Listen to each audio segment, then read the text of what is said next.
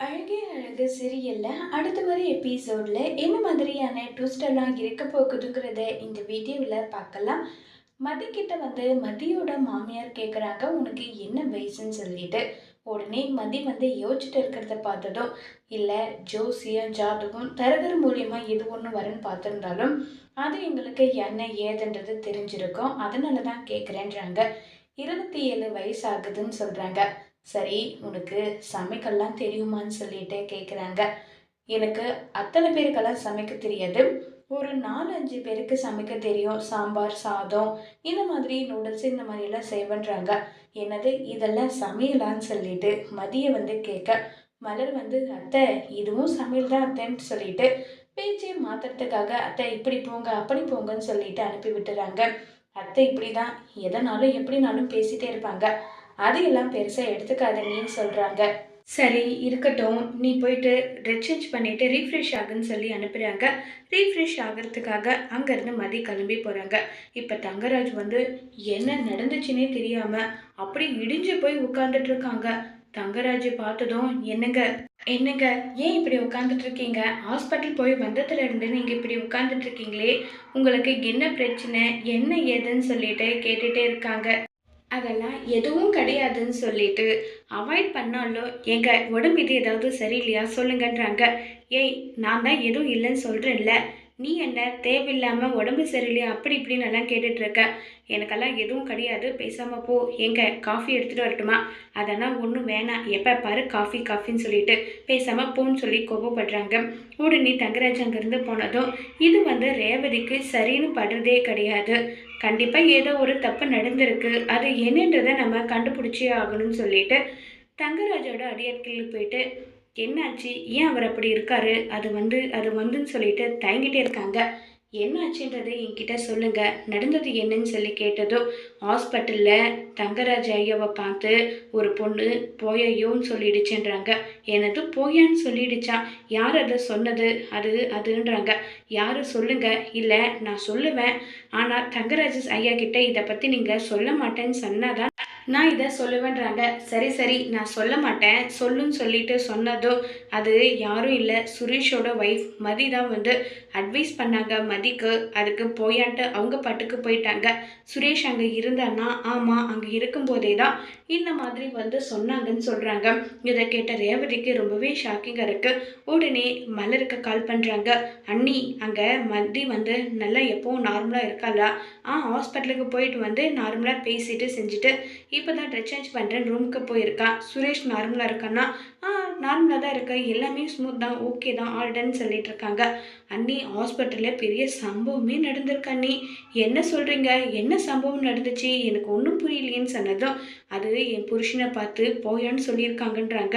இதை கேட்டதும் மலருக்கு பயங்கர ஷாக்கிங்காக இருக்குது. நிஜமாவா? ஆமா அண்ணி, நிஜமாதான்.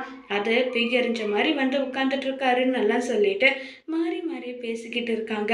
இதை கேட்டதும் உடனே மலருக்கு, ரேவதி தப்பா எடுத்துக்க போற, எனக்கு இது ரொம்பவே சந்தோஷமா இருக்குன்னு சொல்லிட்டு மாறி மாறி போயேன்னு சொல்லிட்டு ஃபோனை வச்சிடுறாங்க. இப்போ நம்ம மதி ரூமுக்கு போகிறாங்க. சுரேஷ் ரொம்பவே கோமா உட்காந்துட்டு இருக்காங்க. நான் ட்ரெஸ் சேஞ்ச் பண்ணணும், ரூமை விட்டு வெளியே போங்கன்னு சொன்னதும், ஏய் உன் மனசில் நீ என்ன நினச்சிட்டு இருக்க? என் தங்கராஜ் மாமா எந்த அளவுக்கு பெரிய மனுஷன் தெரியுமா? அவரை சின்ன பசங்க கூட எதிர்த்து பேசினது கிடையாது. அவர் அட்வைஸ் பண்ணால் அதை ஏற்றுக்கிட்டு அமைதியாக இருக்கணும். அதை விட்டுட்டு போயான்னு சொல்கிற, அவரை போய் போயான்னு சொல்ல நீ யாருன்றாங்க. பின்ன ரவுடியை பார்த்தா போயான்னு தானே சொல்ல முடியும், வேற என்ன சொல்கிறது? இதை கேட்டதும் சுரேஷும் மதி 2 பேரும் ஒருத்தர் மாற்றி ஒருத்தர் மாறி மாறி சண்டை போட்டுக்கிறாங்க. சத்தம் வெளியே வர கேட்குது. உடனே நம்ம மலர் யோசிக்கிறாங்க. ஐயோ, சுரேஷ் ஆரம்பிச்சிட்டான் போலையே, பாவம் மதியோட நிலைமை என்ன ஆக போகுதோ தெரியலையேன்னு சொல்லிட்டு ஒரு பக்கம் ரொம்பவே வருத்தத்தில் இருக்காங்க. இப்போ மலரும் ஐயோ இப்போ என்ன பண்ணுறது, நம்ம போயிட்டு சண்டையை தடுத்து நிறுத்தலாமான் ரூமுக்கு வெளியே நிற்கிறாங்க. உடனே நம்ம சுரேஷோட அம்மாவும் அப்பாவும், என்ன நேற்று தான் கல்யாணம் ஆயிடுச்சு, 2 பேரும் இப்படி அடிச்சிட்டு இருக்காங்க, 2 பேருக்கும் சத்தம் இவ்வளோ கேட்குது, சுரேஷன்றாங்க.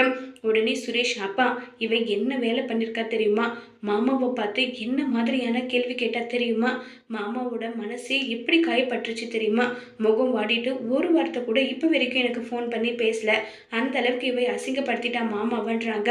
என்னடா சொல்ற, மாப்பிள்ளை அசிங்கப்படுத்தி பேசினாலா? மதி, உனக்கு என்ன கொழுப்பேறிடுச்சா? வீட்டோட மாப்பிள்ளை, அவர் தான் இந்த வீட்டுக்கே எல்லாமோ, அவர் அசிங்கப்படுத்தி பேசியிருக்க உனக்கு எவ்வளோ தைரியம் இருக்கணுன்றாங்க. இங்கே பாருங்க, நான் எந்த தப்பும் பண்ணலை, நான் அவரை போயான்னு தான் சொன்னேன்றாங்க. என்னது, ஒரு பெரிய மனுஷனை பார்த்து போயான்னு சொல்லியிருக்கேன், அவர் அதுக்கு முன்னாடி என்ன சொன்னாங்கன்றத நீங்கள் கேட்டிங்களா? என் பக்கம் இருக்க தப்பை நீங்கள் கேட்குறீங்கள, அந்த மாதிரி அவங்க பக்கம் இருக்க தப்பையும் நீங்கள் கேட்கணும் தானேன்னு சொல்லிட்டு மது எடுத்தெறிஞ்சு பேசுகிறாங்க. இதை பார்த்த மலருக்கு, ஐயோ என்ன இது, எடுத்தெறிஞ்செல்லாம் பேசுகிறாங்க, இப்போ என்ன ஆகுமோ தெரியலையேன்னு சொல்லிட்டு ஒரு பக்கம் பயங்கரமாக வருத்தத்தில் இருக்காங்க.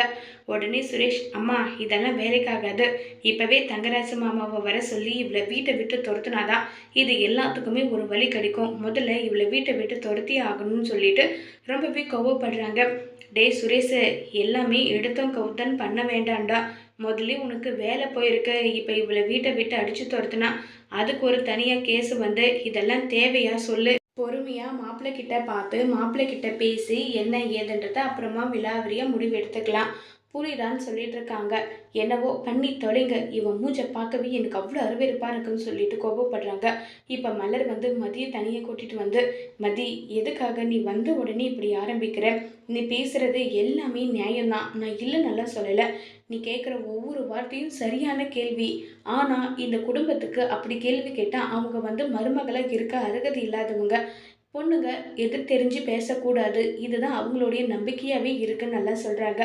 அதுக்காக எப்படி என்ன பேசினாலும் அமைதியாக இருக்கணுமா, பொண்ணுங்களை பற்றி அவ்வளோ கீழ்த்தரமாக அந்த தங்கராஜும் அந்த ரவுடி பேசுகிறான், கட்டு பஞ்சாயத்து பண்ணிகிட்ருக்கான், அவன் பேசுகிறான், அதை கேட்டுக்கிட்டு நான் வாயை மூடிட்டு வரணுமா, நான் இண்டிபெண்ட்டாக வளர்ந்தவ, நான் எப்படி இருக்கணுன்றத நான் முடிவு பண்ணணும், மற்றவங்க முடிவு பண்ண யார், இந்த தாலி கட்டினானே என் புருஷனுக்கே நான் இண்டிபெண்ட்டாக இருக்கிறதுல எந்த தலையீடும் இடக்கூடாதுன்றது தான் ரூல்ஸே, இவன் யார், இவன் எனக்கு எல்லா அட்வைஸும் பண்ணிகிட்ருக்க, நான் தப்பு பண்ணால் அட்வைஸ் பண்ணு, நான் தப்பு பண்ணுறேன்னு தெரிஞ்சால் அதை நான் திருத்திக்கிறேன், ஆனால் அதை விட்டுட்டு பொம்பளைனா இப்படி இருக்கணும், பொம்பளைனா அப்படி இருக்கணும்னு நான் அட்வைஸ் பண்ணேன், அதை நான் ஏன் பொறுத்துக்கணும், என்னால் இப்படி தான் இருக்க முடியும்னு சொல்லிட்டு கோபப்பட்டு பேசுகிறாங்க.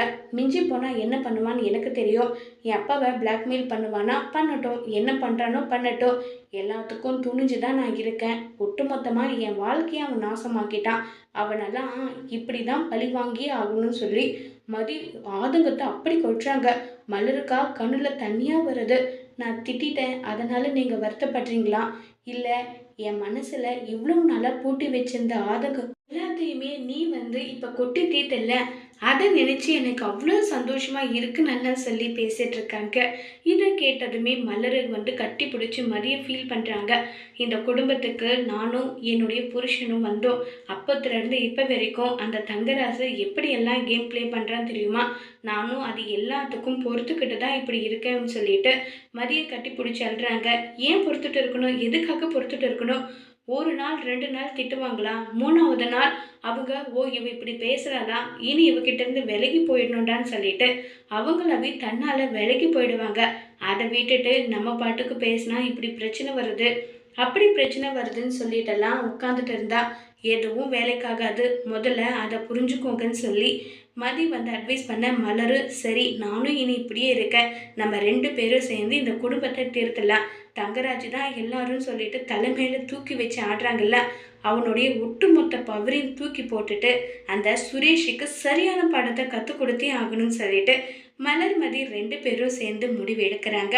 அவங்க முடிவு எடுத்த மாதிரி தங்கராச மனசை மாற்றுவாங்களா, இல்லை மதியம் மலருமே வீட்டை விட்டு கிளம்பி போவாங்களாங்கிறத வரப்போகிற எபிசோடில் வெயிட் பண்ணி பார்க்கலாம். தேங்க்யூ.